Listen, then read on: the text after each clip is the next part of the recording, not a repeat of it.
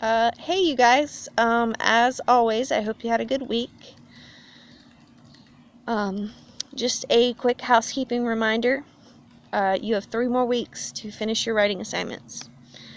About half of you have opted for the research paper, and the other half for the stories, so I'm looking forward to reading all of them. If we have enough time on the last day of class, we're going to read some of them during class. I won't force anyone, but I will give you 2 extra bonus points on your paper's grade if you volunteer. I won't force anyone to read out loud in front of the whole group. If you don't want to, not a big deal. Alright, let's get started on Ginsberg. Ginsberg was, according to the anthology, at once one of the major poets of the second half of the 20th century and a public figure entreated his country by way of his poetry to realize its full democratic potential. Ginsberg was important not only as a poet but also as a public figure, trying to convince his countrymen of what he believed. Ginsberg is known as being part of the Beat generation of New York.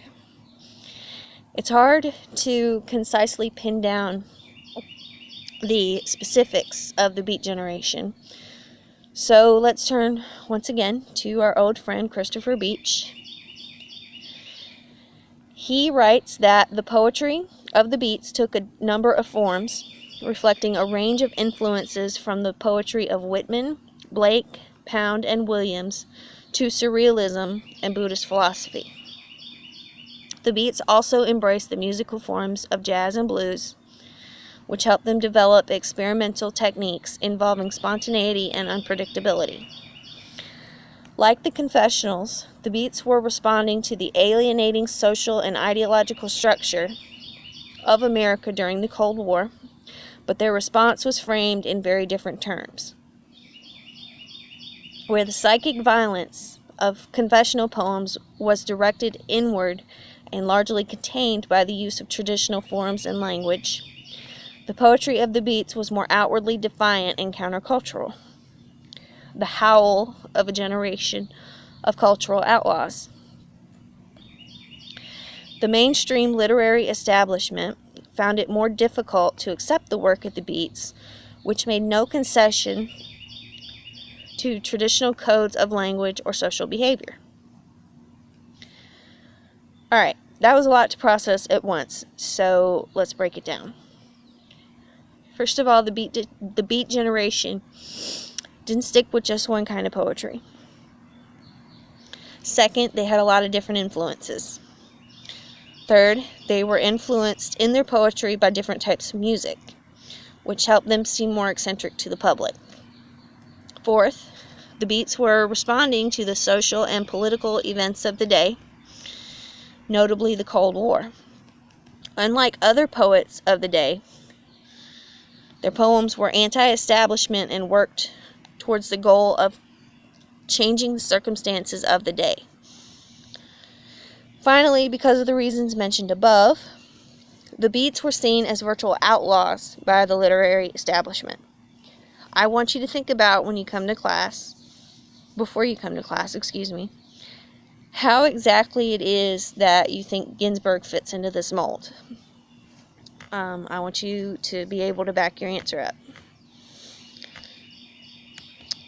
Ginsberg is remembered just as much for how he delivered his poems as well as what he wrote. The anthology has an interesting story about Ginsberg delivering one of his poems. The story goes like this. No one who saw and heard Ginsberg stand on a flatbed truck before thousands of U.S. Army troops at the Pentagon during the famous 1968 demonstration against the Vietnam War either could or would wish altogether to separate his work from its reception. With rifles bristling at him, Ginsberg read his Pentagon Exorcism poem in defiance of imperialist military power and in a plea that the demons of war would quit the building. A rather modest poem, it nonetheless made for an unforgettable occasion. So even the anthology admits that the poem wasn't that great. But the courage that Ginsberg showed in delivering it was what made it unforgettable. Ginsberg also, again according to the anthology, chanted his poems to the accompaniment of finger cymbals, sang them with rock groups, and intoned them in a high resonant voice that made his poetry a form of contemporary prophecy. While I was researching for Ginsberg this week, I couldn't help but be amazed at Ginsberg's bravery reading his poetry even under gunpoint. Most of us would be too scared to move, much less read an anti-war poetry. I also couldn't help but admire his innovativeness in expressing his poetry in so many different ways. Alright guys, that's it. Again, remember your papers. Get to work on them. I know it seems like 3 weeks is a long time, but it will pass very quickly. I don't want anyone getting caught up in the trap that is procrastination. Okay? So, good luck everyone, and I will see you soon.